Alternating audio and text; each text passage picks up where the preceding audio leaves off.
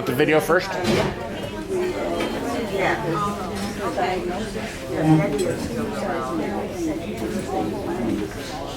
Good morning, ladies and gentlemen. My name is Jana. I represent Honor Flight Twin Cities, and we'd like to start out by showing you a short documentary so that you can get an overview of what Honor Flight is all about. And then we'll have a few words.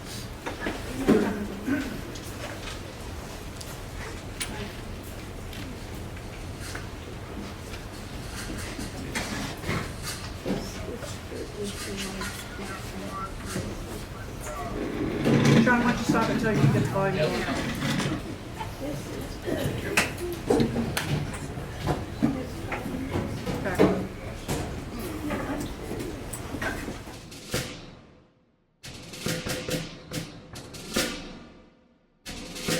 Police escorts, police with, also with, we only have 3 other honor flights on there. Let's go to them and see what that is. I feel blessed to be a part of Honor Flight. You know, Jerry has been so passionate about veterans and veterans issues for many years. And I had said to him quite a few years ago, I think you need to quit your job and go full-time with your passion. My father was a decorated war hero, and in World War II, I was Vietnam. It was a way that we could bridge the generations between the Vietnam era veterans and the World War II veterans. Well, this is something that I can give back to this community. And we're in the business of honoring men and women for their sacrifices. We couldn't do this without a really strong foundation and trust for each other and respect for each other and understanding the courage that it takes to do it. Yeah, we have fun. This is a spiritual, emotional day, and it changes their lives, it changes their families' lives, it changes the guardians' lives. I hadn't heard about it at all. A fellow named Les Hansen called me, explained it to me, and made all the arrangements. And he flew with me on the flight and was my partner all the time I was there. In my situation, I had one fellow that I had to be in a wheelchair, and he was my guardian, if you will. He pushed me around all the different places and explained a lot of them to me that were much better than I was able to grasp from anybody else. So this is my first time actually doing the honor flight, and when I was thinking about it, I could have been on the list or had other opportunities, but the person in my mind was him. And in talking to his daughter, she said she had been talking to him about doing it for years and he never had any interest. And she said, you can try, but it's probably not going to happen. It took us about 5 seconds to think about it, and he said he would love to go with me. It's the connection between veteran and veteran, more so than anything else, I think. And I'm so honored to be with this man and be here with him.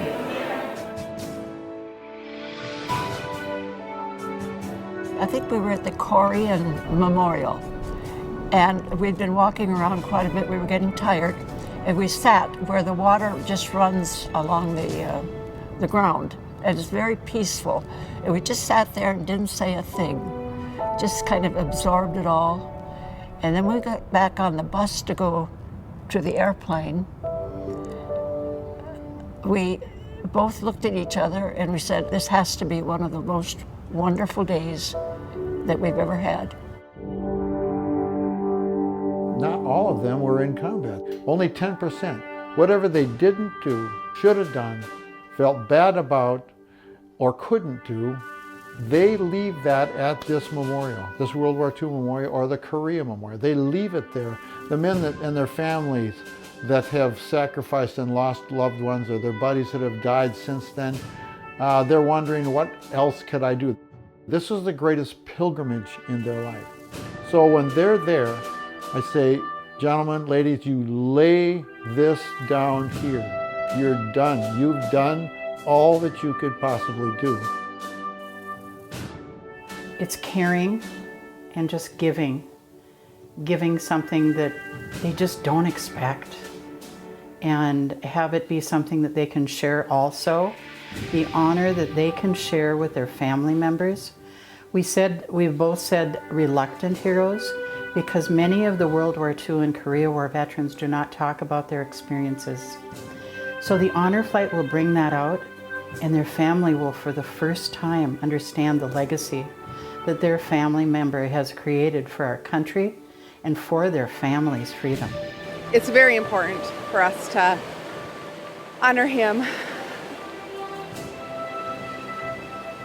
Not just him, but all the servicemen and women, because they sacrifice and their family sacrifices so we can live. Oh, I can't do this.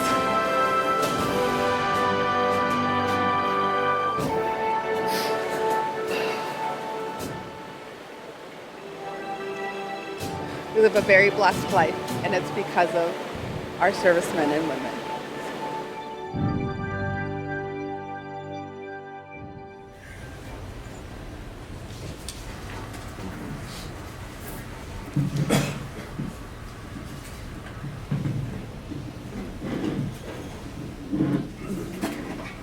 Well, that just gives you a kind of a brief snapshot of what happens. You know, our heroes earned their honor in the era of far-flung battlefields and operations in World War II, and the forgotten skirmishes of Korea, and then the jungle firefights of Vietnam.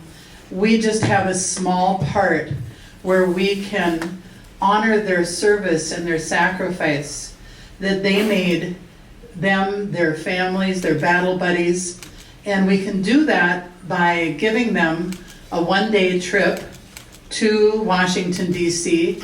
We fly out early in the morning and come back that evening. Our next flight is October 5, and we invite people to come out to the Terminal 2, and Terminal 2, it's at the gate area where we have hundreds of people that hip hip hooray them home and give them the welcome home that they totally deserve. A little bit about what's happened in the past 16 years. We're going to be on October 5th, it's our 27th flight, and we have taken 1,600 World War II veterans, 600 Korea War veterans, 200 Vietnam veterans, and 350 veterans are on our wait list. We have one flight each year. 85 veterans go on each flight. There are 185 people that go on the charter Sun Country flight, and each veteran has a guardian. The guardian is either a person that the veteran chooses or a volunteer guardian. For example, the last flight, we only had 3 volunteer guardians, because with our Vietnam veterans, the majority of them have a family member go along with them. So we have a long list we have some guardians that have been waiting for 10 years to go as a volunteer. We're so thankful that the auxiliary president this year, and I understand she was here earlier, and I've met with her, and we're thrilled that it's her vision and mission this year to raise money for the honor flights in Minnesota. So I'm just going to give my husband Jerry a chance to talk, which is, yeah. And he'll just give you some information a little bit of information about how we got started. And then if you have any questions about the honor flight. So take it away, Jer.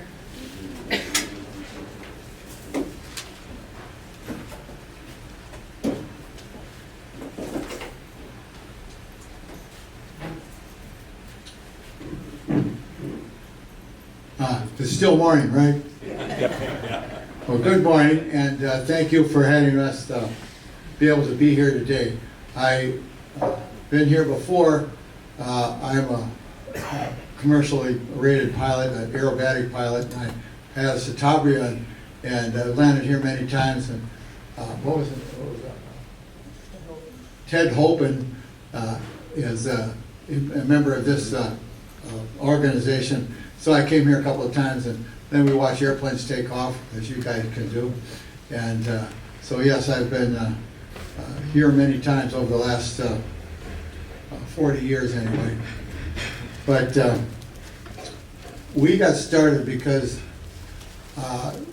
you remember I became a commercial pilot, and then I couldn't get a job because all the jet jockeys and helicopter pilots had 3,000 hours and I had 300. So I couldn't get a job in that, so I bought an aerobatic airplane and learned how to do that and went to air shows. But that wasn't working so well because I was starving to death. So my wife told me to quit my business and become a veterans advocate, and that's working out for me. But we been able to start this. I was at a aviation, we put together the flyover for the Korea and the Vietnam and World War II veterans at the state capitol. And they take a lot of airplanes, and so I was able to do that. At the World War II one, a fellow from the National Organization of Honor Flight, they said, if you could put together this big flyover, it was the largest since the World War II. I had 25 aircraft, bombers and fighters fly over the St. Paul ceremony of that World War II organization, or ceremony, and he says, you can do an honor flight. And I says, what's that? Well, I've been to Washington before as the president of the Vietnam Veterans of America, and I met Robert Dole, and he'd started the World War II memorial. He says, but you Vietnam veterans, you already have one before we got ours done. So that's how I was interested in what we could do here in Minnesota. And so we put that together and started that. And what was that year, was that? 2008. 2008 was our first one. And sometimes we're able to do two. But Janice talked about the number of people who are on these flights. It's amazing. And how many, any of you have been on an honor flight? So you got a positive reinforcement, because it really does. It changes the way you think about veterans. Each one of these men and women on the flights, especially the Vietnam era veteran, did not get the welcome home that they earned. The World War II guys, no matter where they were in World War II, they all came back as victors. Whether they were a dishwasher guy in some tub in the middle of the Pacific, he came back as a hero. The Korea veterans, they stopped the communists at the 38th parallel and didn't have the adversity that the Vietnam era veterans got. And so consequently, there was not a lot of happy campers with Vietnam era veterans coming back. And how many Vietnam veterans do we have? Okay, you guys know the rules then. You know, shut up and just get off the boat. And don't make a big fuss about it. Good Lord, after I got out, came back, went to college, and, where I got my commercial licenses and stuff, and came down to Minneapolis, and they were burning flags down here against veterans, and I just couldn't even understand that. So I kind of had in my heart that we needed to do something. And when I met these fellows from the national organization, what it was started by some fellows in Ohio that were physician's assistants, and 5 of them had airplanes, and they took a veteran to start with, and they all flew to Washington D.C. To show those World War II veterans what Washington was, and that started the honor flights, and it's gone to hundreds of thousands of people nationwide. So I had to figure out how to get started. Thank goodness that guy named Bob Anderson, he helped me get going and went on the first one with us. And that was 2008, right, Jim? So it was wonderful there. It was scary, and because we weren't really sure what was going to happen. I did go with the first time with the folks out of Rochester. They had been doing it, but that got shut down because they ran out of people. So we go out as far as 80 miles to gather people from to go on our flights. So I started another organization called Minnesota Vietnam Veterans Charity as a backup at the state capitol. We actually sponsored the veteran service officer at that time, but that car donation program brought in thousands of cars, and we were able to finance these honor flights, which are about $160,000 a pop. Our first airplane cost $33,000, the 737-400 series, put 85 people on it, then 85 guardians, and then other folks to fill it up. And those prices were $33,000. The last one we went on, $80,000, same airplane. And it got sold to another company, some people out of Las Vegas, so they were gambling to make millions off it. And so that's how we've been able to get things going, and through the contributions of organizations and others, really does make it. I'm a combat disabled veteran. I did 2 tours in Vietnam and had hundreds of combat flights and shot down twice, no parts missing. I am certified crazy, so. And they did have to, yeah, qualified, yes. Did have to, it took 52 years before the Agent Oregon got to me. Yeah, every time you land a helicopter, that stuff comes up and you breathe it. And so triple bypass surgeries, 2 cancers, and other things that are wrong with me. But I kicked all 3 of them, and so now I'm still able to live. But so they pay me for what I did 50, 60 years ago. The car donation program then started us out, and then we started Vietnam. Then we Honor Flight Twin Cities became an entity of its own, and that's really what has sparked us to talk all you VFWs and American Legions. I belong to the Roseville American Legion and VFW, and we just moved down to Egan, and so I got to transfer some of that stuff down to there. The boss wants to let you know. Time's up. Well, if anyone is interested, we have a few brochures about Honor Flight and how to contact us. But if you have any questions, I could answer them. Now, I want to mention too, the speaker before us for the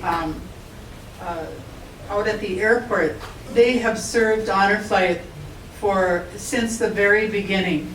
The service center is out there at 4 o'clock in the morning getting coffee ready at the gate area for our veterans because we board the plane. They come in and register at 5 a.m. and the plane leaves at 6. So the Armed Forces Service Center is there serving all of the veterans and guardians. We really appreciate that program as well. I was happy that they could talk about it today. So are there any questions that you might have? We can leave some of these brochures, and if you're interested, you can pick it up. Well, thank you for your attention, and hope to see some of you out cheering the troops on October 5th. And it's usually about between 10 to 10:30 in the evening. And we have many honor guards, Klondike Kates. There were 8 of them that came last time. They put on a good show. We have an Armed Forces service band, bagpipe band. It's a great party to welcome them home. Thanks for your attention.